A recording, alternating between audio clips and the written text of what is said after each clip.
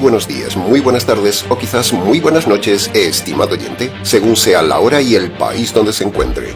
Les habla nuevamente el pastor bautista Nikos Ricoy, director del programa Encuentros y pastor general de las iglesias del Ministerio Tinajas, emitiendo, como siempre, desde aquí en Valencia, España, para todo el mundo hispanoamericano.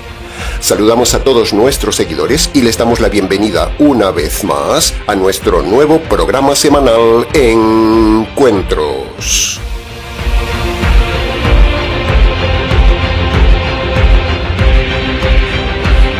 Estamos ya, estimado oyente, en el sexto y penúltimo programa de la serie del estudio expositivo de la carta de Judas. ¿Cómo se pasa el tiempo? El tiempo se va como agua entre los dedos. La vida misma se va, estimado oyente. De parte del equipo de trabajo del Ministerio Tinajas, muchas gracias por estar ahí y por estar siguiéndonos en esta impactante y sorprendente serie. En el Ministerio Tinajas, con gusto, nos esforzamos por usted.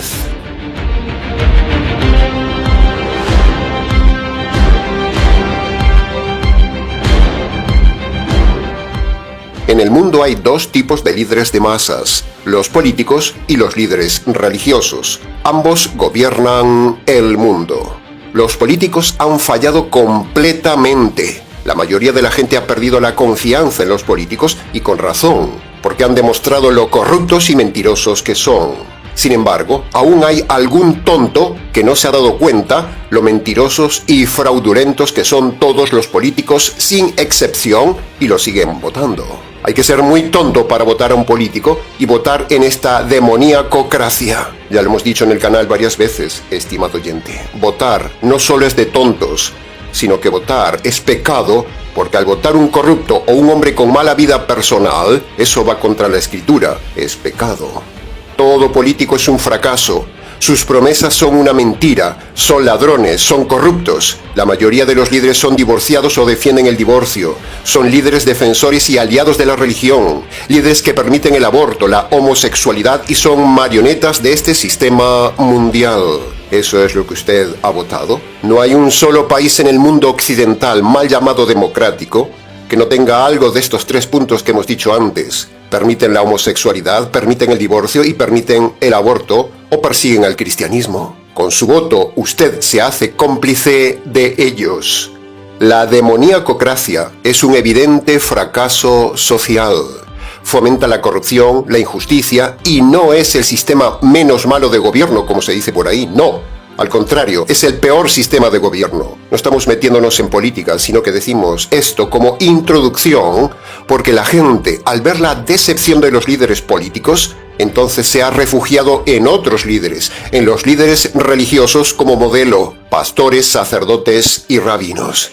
Pero al estudiar la carta de este líder llamado Judas, esta carta nos muestra precisamente lo que no debe ser un líder espiritual. La gente necesita verdaderos líderes, modelos auténticos, guías verdaderos, líderes sólidos en quien confiar, ejemplos de vida, con teoría y con práctica correcta.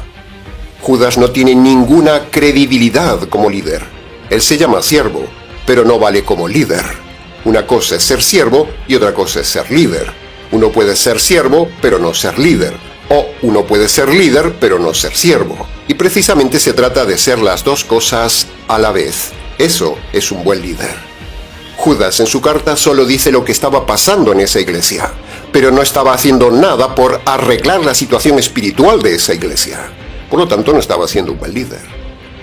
Al leer la carta de Judas, uno se lleva una tremenda decepción. La de un hombre con falta de liderazgo, con falta de dureza, con falta de radicalidad, con falta de teología, con falta de carisma, con falta de justicia, con falta de castigo, con falta de disciplina, con falta de ideas y con falta de madurez. Lo mismo que sucede hoy en la política. Así son los políticos de hoy. En esta iglesia de Judas no había justicia social del líder, porque los malos estaban dentro y estaban perjudicando a los buenos, igual que sucede en esta sociedad. Judas es como un político flojo, sin dureza, sin justicia. Quizás por miedo a perder miembros en la iglesia, como hacen los líderes pastores cobardes de hoy, que para no perder miembros, su mensaje es flojo como el algodón. La carta de Judas es como ver el mensaje de un político de un país cualquiera o de un pastor cualquiera de cualquier iglesia del día de hoy. Es pura flojera. Y esa es precisamente la enseñanza mayor que nos deja el Espíritu Santo en esta carta. No ser líder como Judas. En el fondo y en la superficie de esta carta, este hombre no tiene nada que enseñar a la iglesia. Es pobre en todo, hasta escribiendo es pobre, porque tan solo escribió 25 versículos. Nadie escribió tan poco en todo el Nuevo Testamento.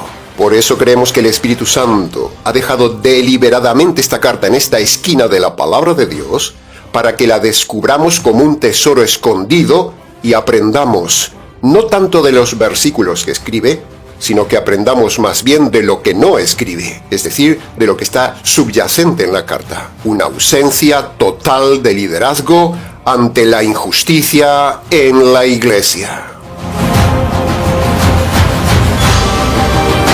Así como los políticos, los jueces y los legisladores en el día de hoy son flojos en la vida social y por eso la sociedad actual está hecha un caos, porque no hay justicia ante el caos, de la misma manera, estimado oyente, en el caso de Judas y en el caso de las iglesias del día de hoy, están hechas un caos por falta de liderazgo firme y de leyes duras contra la naturaleza perversa del hombre. Por eso esta sociedad va camino de la destrucción total. Pero mientras esta sociedad no se autodestruye, nosotros trabajamos intensamente de parte de Dios, porque Dios está dando un tiempo al hombre para que el hombre agarre la esperanza de un mundo mejor, un mundo futuro de justicia entre los hombres por medio de la teocracia, el mejor sistema de gobierno para los hombres.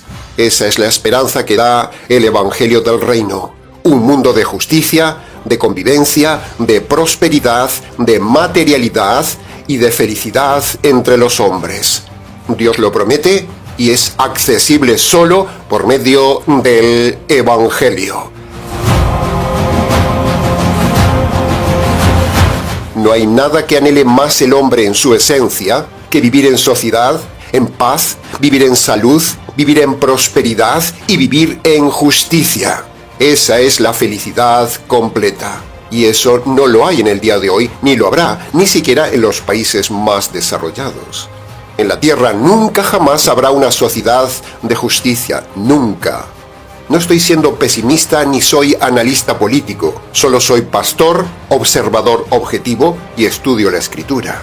Por eso, constantemente en este canal decimos la triste noticia de la realidad humana, pero también siempre damos la buena noticia de esperanza de convivencia perfecta en una sociedad maravillosa por medio del Evangelio. Fascinante esperanza.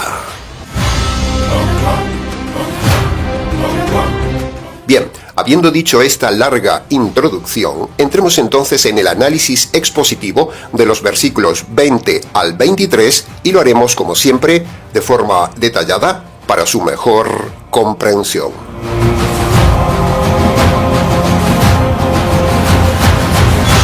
Entremos entonces en el análisis, comentario y enseñanzas del versículo 20, que, en versión latinoamericana y parafraseada, dice así: Pero ustedes, queridos hermanos, manténganse firmes, edificando su fe y orando en el Espíritu Santo. Punto número 1. Esas frases, pero ustedes y queridos hermanos, es el contraste con el otro grupo terrible que había en la iglesia. Los inconversos, los perdidos, los malos. Judas les dice a los convertidos que, a pesar de lo que hay en la iglesia, se mantengan firmes en la fe. Entonces yo le preguntaría a Judas, vamos a ver, Judas, ¿cómo voy a mantenerme firme, creciendo, sólido y sano en la fe con tal ralea de gentuza metida en la iglesia rodeándome todos los días? ¿Cómo, Judas? ¿Cómo? Eso, más que edificar mi fe, en realidad es derribar mi fe. ¿Cómo pueden convivir ovejas en una jaula con lobos? ¿Cómo? Por lo tanto, el consejo de Judas es un consejo quizás bien intencionado, pero errado. Lo que Judas debió aconsejar a los convertidos es esto: Pero ustedes manténganse unidos para echar fuera esa ralea de gente, tal como en su día nuestro hermano Pablo aconsejó a sus iglesias. Eso es lo que Judas debió escribir y no lo hizo.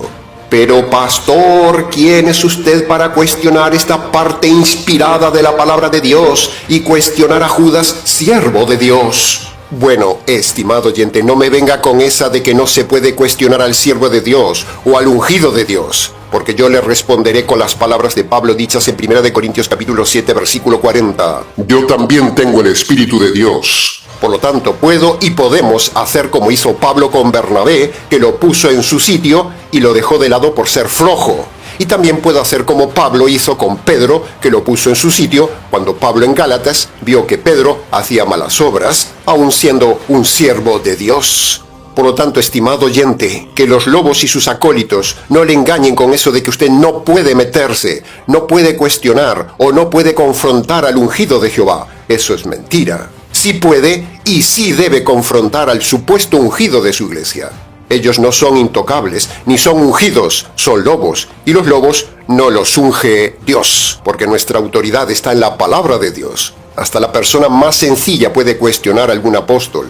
Hasta un niño puede cuestionar a un pastor si lo hace con la palabra abierta de Dios. Cualquier niño o niña del ministerio Tinajas puede cuestionar a esos eminentes apóstoles de hoy. Punto número 2. Ahora, a propósito de esto de los ungidos de Dios, permítame hacer un paréntesis del tema. Escuche bien esto. Olvídese de ese pasaje manipulado del Antiguo Testamento, que por cierto está abrogado, y que los lobos manipulan para autoprotegerse, para que usted no pueda cuestionar su conducta. Por ejemplo, el pasaje del primer libro de Samuel, capítulo 26, versículo 9, dice: ¿Quién extenderá su mano contra el ungido de Jehová y quedará inocente ante Dios? Este es uno de esos pasajes que usan los pastores para autoprotegerse. Ellos toman este pasaje y se creen que es un pasaje para ellos y se dicen los ungidos. Y por eso le dicen a usted que no puede cuestionar nada de ellos. Pero, eso es mentira. Primero, ese pasaje está abrogado porque es del Antiguo Testamento. Segundo, ese pasaje literalmente está hablando de un rey, no de un pastor. Tercero, ese pasaje no es para la iglesia, era solo para Israel. Y cuarto, el contexto se refiere a matar al rey, no a cuestionar la doctrina ni la conducta de los pastores. Por lo tanto, jaque, argumento derribado. Todos los que usan ese pasaje para autodefenderse y proteger al pastorado falso, para que no se cuestione su mala vida, le están engañando. Cuestione al ungido de Jehová, estimado oyente, cuestiónelo, porque no es ungido, ni es de Jehová, sino que es un lobo, es del diablo y debe ser cuestionado. Así que, en mi consejo pastoral, cuestiónelo y échelo fuera de la iglesia.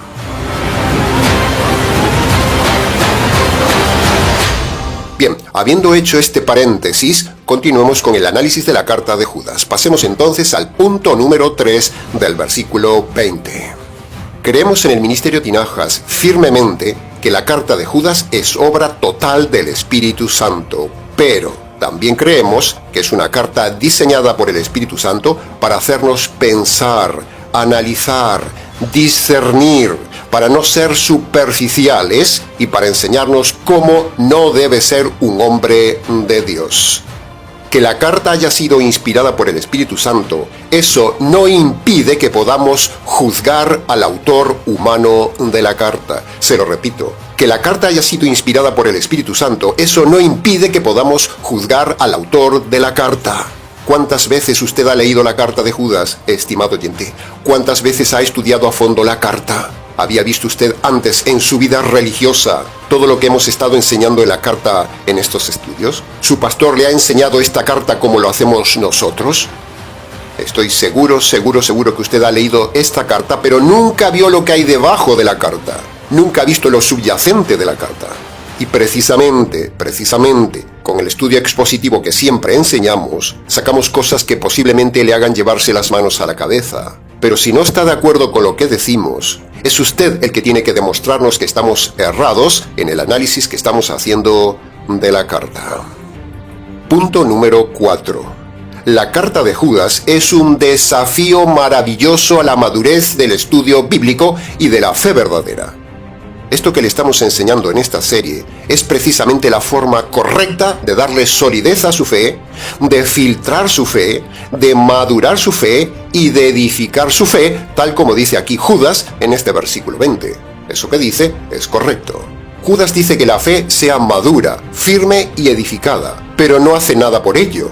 En cambio nosotros sí lo hacemos con usted por medio del método expositivo aplicado precisamente a Judas mismo.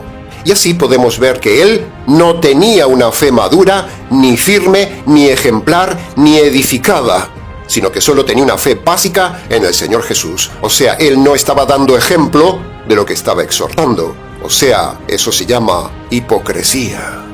En cambio nosotros, con nuestro estudio, estamos examinando a ver si usted tiene una fe a medias, tiene una fe errada, o usted está edificado en la fe verdadera. ¿En cuál de los tres grupos está su fe, estimado oyente? Y punto número 5 del versículo 20. Se nos habla de orar en el Espíritu Santo.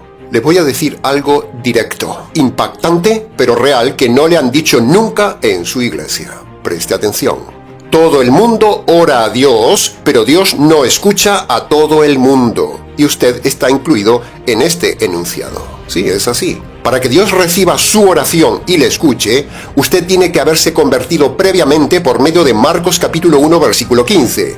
Si usted no se ha convertido por medio de Marcos capítulo 1, versículo 15, usted está fuera de la voluntad de Dios y no está orando en el Espíritu, está orando en la carne, está orando en la religión, está orando en el autoengaño, está perdiendo el tiempo, está haciendo el ridículo ante Dios, está hablándole al aire, porque Dios no escucha a nadie que previamente no se haya convertido por medio de Marcos capítulo 1, versículo 15.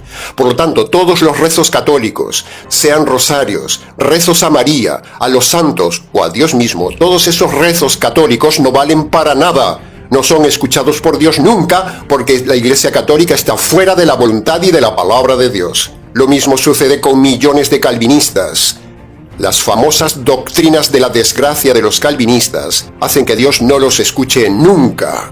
Millones de locos pentecostales hacen el ridículo delante de Dios con sus gritos, con sus falsas lenguas y con sus espectáculos de circo.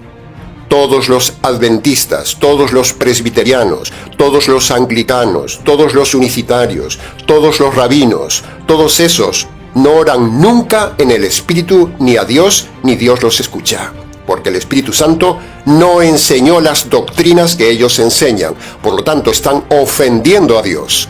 Todos esos grupos mal llamados cristianos que oran todos los días, están haciendo el ridículo ante Dios, tal como lo hacían los profetas de Baal en los días de Elías, que oraban y oraban y oraban a su Dios, incluso haciendo sacrificios y flagelaciones, pero que no servían de nada por ser de una religión falsa. De la misma manera, estimado oyente, en el día de hoy, nos reímos también con la misma risa de Elías, de los líderes de hoy y sus oraciones, porque no son del Espíritu Santo, ni valen para nada por dos razones teológicas. Primero, son todos inconversos por no tener un evangelio correcto ni conversión correcta, o sea, son perdidos. Segundo, sus oraciones no valen de nada por estar enseñando doctrinas contrarias al Espíritu Santo. No se enoje con nosotros, estimado oyente, por lo que decimos. Sus oraciones, por estar en la iglesia donde está, nunca son escuchadas, simplemente porque están fuera de la voluntad de Dios, porque tienen doctrinas falsas. ¿Cómo Dios le va a escuchar si usted está oyendo doctrinas contrarias al Espíritu Santo? El que escuche, entienda. Y para preguntas del tema, escríbanos.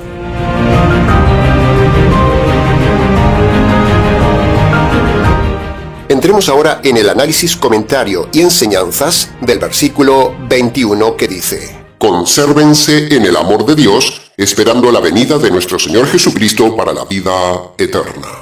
Punto número 1. Amar es decidir. Amar no es sentir. Amar no es consentir. Amar no son emociones. Amar son correctas decisiones. Por lo tanto, a los inconversos les aplicamos solo el amor decisional de darles la verdad del Evangelio, nada más. Ese es nuestro amor de Dios verdadero para ellos. Nuestro amor es espiritual, no material. Punto número 2. Esa idea falsa de ayudar materialmente a todo el mundo necesitado es falsa, no es verdadero amor, no es neotestamentaria, ¿sí? No se lleve las manos a la cabeza. El amor cristiano práctico, de ayuda, de servicio, de dar cosas materiales y demás, solo se da a los hombres que se han convertido por medio del Evangelio. Nunca ayudamos materialmente a los inconversos, es antineotestamentario. Nunca le damos dinero a los inconversos, nunca le damos de comer a los inconversos, nunca le damos nada material a los inconversos. A los inconversos solo le damos el Evangelio, porque pobres siempre habrá, dijo Jesús.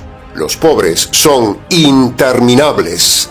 No ayudamos a los pobres materiales inconversos, solo ayudamos a los pobres espirituales que se hayan convertido. A los pobres inconversos le damos solo ayuda humanitaria en caso de emergencia, accidentes y demás. Y les damos también el Evangelio. Pero del resto no le damos nada material a los perdidos. Recuerde el modelo del Señor Jesús. Jesús le dio de comer y ayudó a los enfermos. ¿Y cómo le respondieron? Le respondieron con desprecio y gritando: ¡crucifícale! Por eso Jesús, con sus obras a los perdidos, demostró que los inconversos, por mucho que les demos de comer, nunca se convertirán. Si una persona se convierte y da evidencias de conversión, entonces sí le ayudamos materialmente si podemos. Pero nunca le damos nada material a un inconverso, ni a los mendigos de la calle, ni a los pobres, ni a los necesitados, ni nada, porque son insaciables, nunca dejan de pedir y pedir. Pero el Evangelio, eso no lo reciben. Si no reciben lo espiritual, tampoco le damos lo material. Para darles lo material, primero deben recibir lo espiritual. Ese es el orden y mandato bíblico. Punto número 3. Esa falsa y antineotestamentaria idea de que la Iglesia debe hacer labor social de dar de comer, de dar de vestir, de ayudar a los pobres inconversos, eso es pecado, es falso. El Nuevo Testamento no dice nada de eso. La Iglesia no es una entidad social, ni tiene que hacer obras de caridad a los inconversos como hace la religión católica, la religión adventista y algunas otras iglesias que tratan de ayudar a los pobres. Porque dar ayuda social está más que demostrado que solo genera que los inconversos vengan a la Iglesia por interés, no por lo espiritual. Por eso, las iglesias que hacen ayuda social, escúcheme bien, todas las iglesias que hacen ayuda social están erradas, están en pecado por no haber aprendido el modelo del Señor Jesús. Jesús mismo dijo después de darles ayuda a los pobres en Juan capítulo 6, versículo 26 y 27, lo siguiente: Ustedes vienen a mí solo por comida y milagros. Pero yo les digo, no vengan por comida y milagros, sino vengan por la comida espiritual que a vida eterna permanece. En otras palabras, este pasaje del Señor Jesús es todo un reproche al materialismo egoísta y nauseabundo de todos los inconversos que solo buscan a Dios por comida, milagros y salud. Así hizo también el ladrón malo del Calvario, buscando al Señor Jesús solo por salir del problema. Y exactamente es lo mismo que hacen todas las iglesias cristianas falsas, que creen engañadamente que con dar alimentos, provisión, ropa y demás, los inconversos se van a convertir. Pero nunca se convierten, como lo demostró Jesús. Los inconversos que vienen por comida y milagros solo se convierten en dependientes de su ayuda material. La gente viene a usted solo por interés. Predíqueles el Evangelio y verá qué pasa. Predíqueles el Evangelio y verá cómo escapan. A la gente solo le importa su estómago, no su alma. Y nosotros no alimentamos el estómago, solo alimentamos el alma. El Señor nos manda llenar el alma de la gente con el Evangelio, no llenar el estómago de la gente con comida. Si usted está en una iglesia que hace ayuda social, usted está pecando y está fuera de la voluntad de Dios. Deje de ayudar a los pobres, deje de ayudar a los impíos con ese falso amor de Dios humanista. Su verdadero amor a los impíos no es darle cosas, sino predicarles el verdadero evangelio jurídico. Entonces usted me dirá: Pastor, Mateo capítulo 25, versículo 35, derriba su tesis, porque ahí dice: Tuve hambre y me disteis de comer. Tuve sed y me disteis de beber. No tenía casa y me recogisteis. Estuve enfermo y me ayudasteis. Estimado oyente ignorante, estimado pastor ignorante, preste mucha atención a esta respuesta. En primer lugar, en ese pasaje se está hablando de ayudar solo a hermanos. Lea el versículo 40, ahí dice mis hermanos, por lo tanto quedan descartados todos los inconversos. Es evidente que se habla solo de salvos ahí, se habla de convertidos, no de inconversos mendigos. Ahí no se refiere a ayudar a todo el mundo pobre. En segundo lugar, el contexto de ese pasaje no es para ahora, es para el futuro. El contexto está referido a los últimos tiempos. Y en tercer lugar, ese pasaje de Mateo capítulo 25 es literalmente de judíos para judíos, no es un pasaje para la iglesia. Ese pasaje está fuera de contexto cuando lo utilizan para que se pueda ayudar a los pobres. Porque en Mateo 25 ya no está la iglesia en la tierra, es un pasaje para el futuro. Y cuando Jesús lo dijo, aún no había iglesia. Así que se mire por donde se mire, el argumento de defender Mateo 25 para ayudar a los pobres está derribado. No es un pasaje para el cristiano. Mateo capítulo 25 del 35 en adelante no vale para defender la obra social en la iglesia.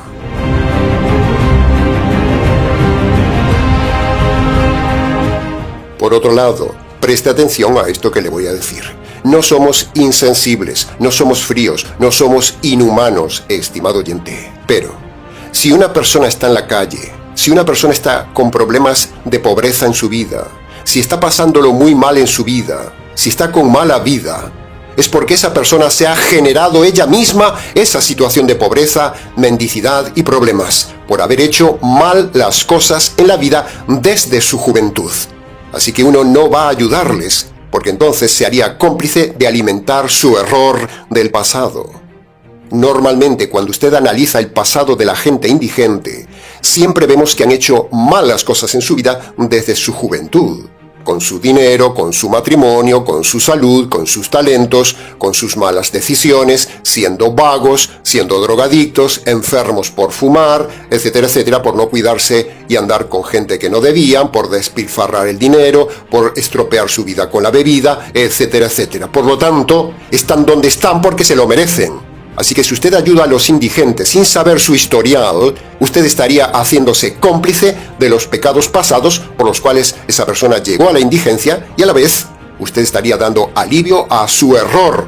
Una situación dura que Dios precisamente usa para llamar su atención, para convertirse y para que busquen a Dios en su miseria. Y si usted les ayuda, usted estaría yendo contra la voluntad de Dios de aliviar su situación dura. Recuerde la historia del hijo pródigo. La miseria y que nadie le ayudó le hizo reflexionar, pero si usted le hubiera ayudado al hijo pródigo, ese hombre nunca se hubiera arrepentido. Por lo tanto, la enseñanza del hijo pródigo es que al miserable no se le ayuda, porque esa situación es para su reflexión. La mendicidad es para llevarlo a buscar a Dios. Así que lo mire por donde lo mire.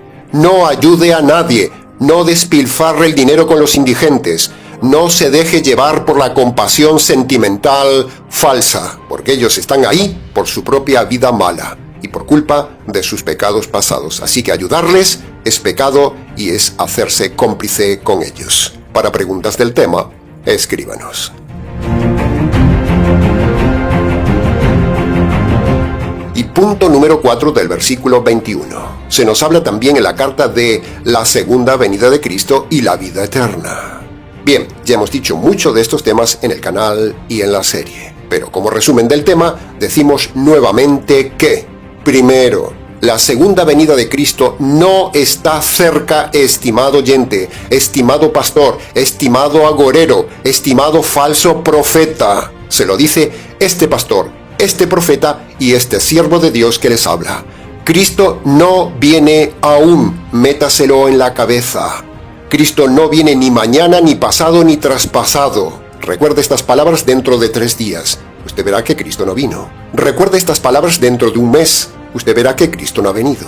Y recuerde estas palabras dentro de un año, cuando Cristo no haya venido. Cristo no está aún por venir, porque Cristo ha decidido que este no es el tiempo de su venida, sino que este es el tiempo de los gentiles para que sea predicado su evangelio. Cristo no está interesado en venir aún a buscar la iglesia, porque su iglesia está predicando el evangelio de salvación a los perdidos. Cristo, en su paciencia, está interesado en que usted conozca el evangelio de Cristo, porque si no, su vida eterna la pasará usted en la condenación eterna. El tiempo de los gentiles es largo, estimado oyente, porque el tiempo de la condenación es muy largo. Entonces Dios le está dando tiempo y tiempo al hombre. Dios es paciente, pero también es tajante. Y Dios le dice esto en 2 de Tesalonicenses capítulo 2, versículo 10 al 12, que, parafraseado, dice así: Los que se pierden porque no quisieron recibir la verdad para ser salvos. Por eso, por haber rechazado de forma deliberada la verdad, Dios mismo les envía un poder engañoso para que ahora crean la mentira, a fin de que sean condenados todos los que no creyeron la verdad, sino que se complacieron en la mentira. ¡Wow! Tiemble, estimado oyente, tiemble ante este pasaje, porque es para temblar. Temo que usted está en este pasaje. Temo que usted es uno de ellos, que usted ha venido muchas veces a escuchar la palabra de Dios, a escuchar la verdad en el canal, y se ha complacido en su iglesia católica, pentecostal, calvinista, adventista, mormona, unicitaria, o quizás con su rabino mentiroso. Todos estos enseñan la mentira, y si usted está ahí, le espera la condenación eterna por rechazar nuestra verdad. Tiemble, estimado oyente, tiemble, tiemble, pero razone y responda. Jaque a las sectas que dicen que Cristo viene ya.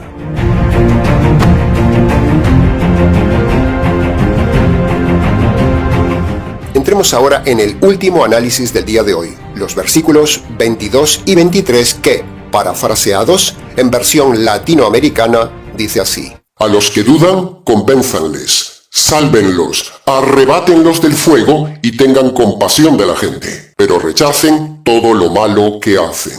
Cada semana estamos aquí para convencerlo del verdadero evangelio jurídico. Cada semana estamos aquí para que usted se salve. Cada semana estamos aquí para arrebatarlo a usted del fuego eterno, donde usted va ahora mismo si no se convierte. Cada semana tenemos compasión de la audiencia. Cada semana rechazamos las iglesias. La católica, la adventista, la calvinista, los pentecostales, los anglicanos, los presbiterianos, los unicitarios, los seguidores de los rabinos y un largo etcétera. De todas esas iglesias tratamos de arrebatarlo a usted y convencerle a usted que son ciegos, guías de ciegos. Cada semana nos esforzamos en hacerle razonar para que no dude que en el ministerio Tinajas está la verdad, que el evangelio jurídico es la verdad, que en este canal predicamos la verdad. Cada semana trabajamos para que escape de esas iglesias que lo llevan al fuego eterno. Si usted tiene dudas en su iglesia, si surgen dudas o usted ve que algo no encaja, eso es la evidencia de que su iglesia es falsa. Eso es bueno y precisamente queremos convencerle de que esa duda es buena, porque si usted ve algo que no le convence, es para que salga de esa iglesia. No estamos haciendo prosélitos. No estamos sacando a la gente de las iglesias para meterlas en nuestras iglesias. No. Estamos haciendo lo que dijo el Señor Jesús, predicar el evangelio y la sana doctrina para salvar su alma del fuego. Queremos salvarle, como dice el pasaje. Estos versículos nos hablan de un evangelio intenso, un evangelio fuerte, duro, valiente, en contraposición al evangelismo amoroso, flojón y falso del día de hoy en las iglesias.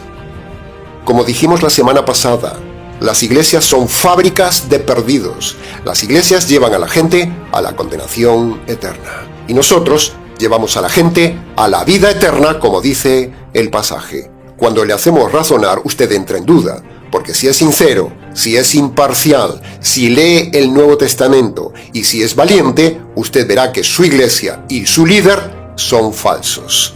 El que escuche, entienda lo que el Espíritu Santo dice a las gentes. En definitiva, aunque hablamos fuerte, tenemos misericordia de la gente, como dice el pasaje, porque no hay nada más terrible que ver cada día a la gente religiosa engañada por esos lobos ir a la condenación del fuego eterno, como dice el pasaje. Por eso, aunque hablamos muy fuerte contra las iglesias y contra los pastores, nos compadecemos y damos nuestra vida cada día, cada semana, por cada alma que se acerca a nosotros en confianza, por cada alma que razona y nos escucha. Por ellos damos la vida. Pero en cuanto a su conducta pecaminosa, aborrecemos lo que hacen. Amamos al pecador, pero en cambio aborrecemos al pecado. Porque Dios, escuche bien, aborrece el pecado y aborrece el pecador. En cambio, Dios nos pide que en nuestro evangelismo amemos al pecador y aborrezcamos el pecado, como dice el pasaje. ¿Puede ver la diferencia? Los lobos de hoy le enseñan que Dios ama al pecador y aborrece el pecado, pero eso es herejía. El que escuche, entienda.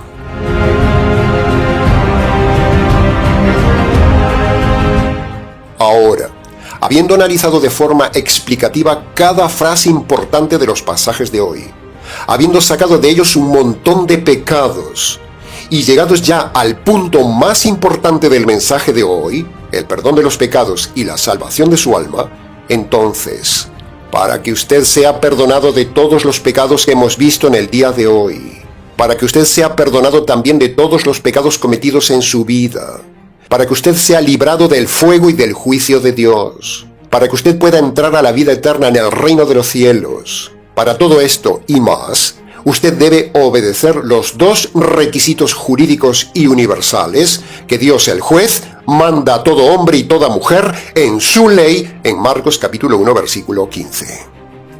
El primer requisito es el arrepentimiento, es decir, Dios le manda a usted que se humille ante Él y reconozca de forma concreta sus pecados pasados y abandone los pecados que esté cometiendo en el tiempo presente. El segundo requisito de Marcos capítulo 1 versículo 15 es creer el Evangelio. Es decir, primero, usted debe reconocer ante Dios que usted merece recibir la justicia de Dios por sus pecados. Segundo, usted debe reconocer ante Dios que esa justicia la recibió el Señor Jesús en la cruz.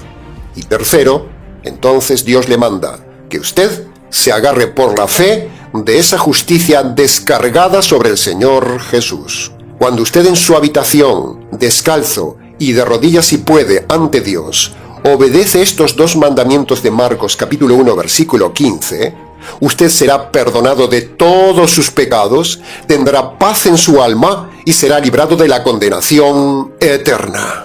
Cualquier otro método de salvación que le enseñan en esas falsas iglesias, el bautismo, la oración de fe, la misa, el pertenecer a una iglesia, el diezmar, los sacramentos, el ayunar, el hablar en lenguas, el congregarse, el seguir a un líder, el guardar el sábado, hacerse judío, etcétera, etcétera. Nada de eso le salvará.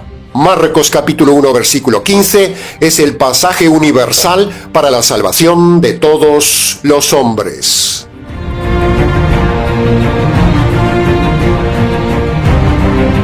Bien, se nos ha ido el tiempo del programa una vez más, estimado oyente.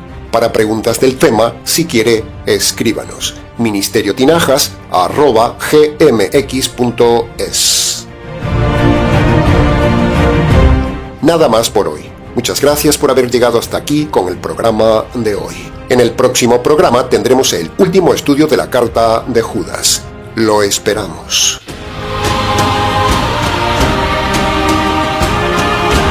Les saluda como siempre quien les habla, el pastor bautista Nikos Ricoy, emitiendo desde aquí en Valencia, España.